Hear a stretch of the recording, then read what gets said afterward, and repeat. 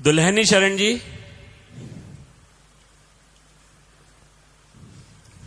जय कोटि कोटि प्रणाम जी।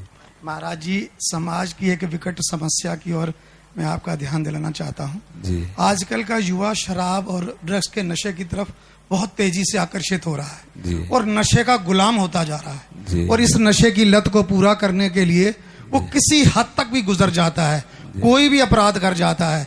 अपने नशे की लत को पूरा करने के लिए हत्या लूट जैसे अपराध कर जाता जी, है। जी। और आंकड़े ये बताते हैं कि 90% अपराध हत्या लूट और बलात्कार उस समय अपराधी नशे में पाया गया जी। तो इसलिए आपसे प्रार्थना है कुछ ऐसा मार्गदर्शन करें कि समाज से ये कुरीति खत्म हो जाए। जी।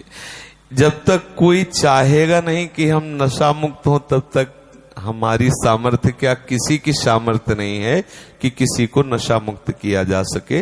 जब कोई ये चाह ले कि मैं बुरी जगह फंस गया, अब मैं निकलना चाहता हूं, तो भगवान कोई न कोई रूप रख करके उसे निकाल देते हैं। हम नशा क्यों करते हैं इस पर दृष्टि डालें। पहले हम नशा करते हैं आनंद के लिए। हमें एक भ्रम हो गया है कि भांग में, गांजा में, तंबाकू में, चिलम में और शराब में, ड्रग्स में, इसमें एक आनंद है।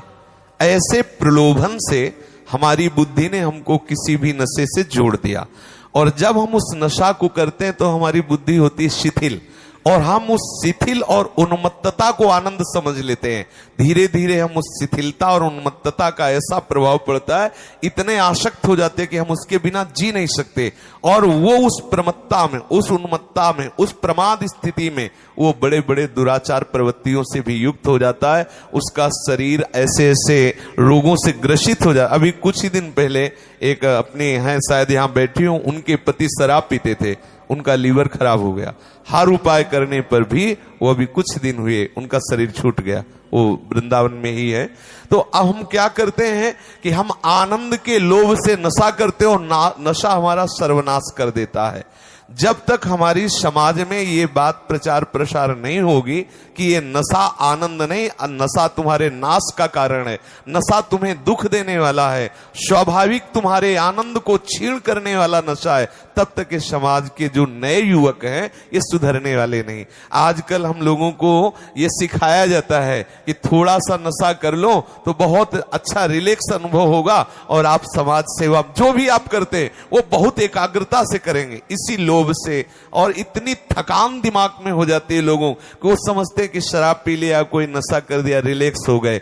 जब तक भगवान की शरण में नहीं होंगे, जब तक शास्त्रों का स्वाध्याय नहीं होगा, जब तक वो किसी संत महात्मा की आज्ञा के अनुसार नहीं चलेंगे, तब तक सच्चे आनंद का परिचय नहीं होगा। सच्चे आनंद का जब तक परिचय नहीं होगा तो ये झूठी बातें कभी नहीं छूटने वाली। इसीलिए लोग गंदी आदतों में फंसे। मुख्य उनका लक्ष्य है आनंद। आप देख लीजिए, कोई भी नशा को बोले चलो आज फुर्सत में शराब पिया, आनंद के लिए ना, लेकिन वो क्या शराब उनको आनंद देने वाली है? क्या ये नशे आनंद देने वाले? पर अज्ञान के कारण वो ऐसा करते। जब तक उनको सत्संग नहीं मिलेगा और जब तक वो स्वयं नहीं छोड़ना चाहेंगे, हम ये जानते हैं कि हम ये कर रहे हैं लेकिन बुरा है, इसे छोड़ना चाहता हूं, तो उपाय है। जब वो उसे छोड़ना ही नहीं चाहता, उसे गुण मान लिया है कि ये हमारे आनंदित होने का, हमारे विश्राम का, हमारे रिलैक्स होने का उपाय है, तो कोई नहीं छुड़ा सकता है।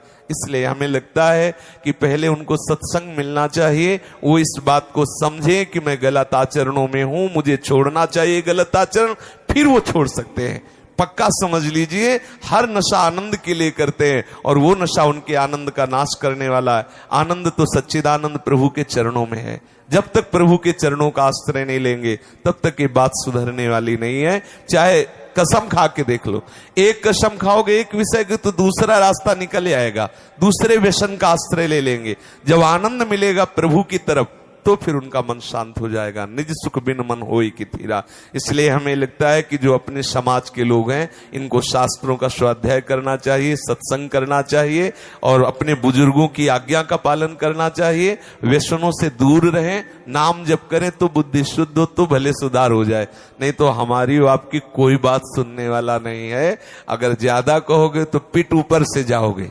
हाँ, वो मानने वाले नहीं है क्योंकि उनके अंदर ये धारणा बैठ गई है कि रिलैक्स होने के लिए, आनंदित होने के लिए ये व्यसन जरूरी है।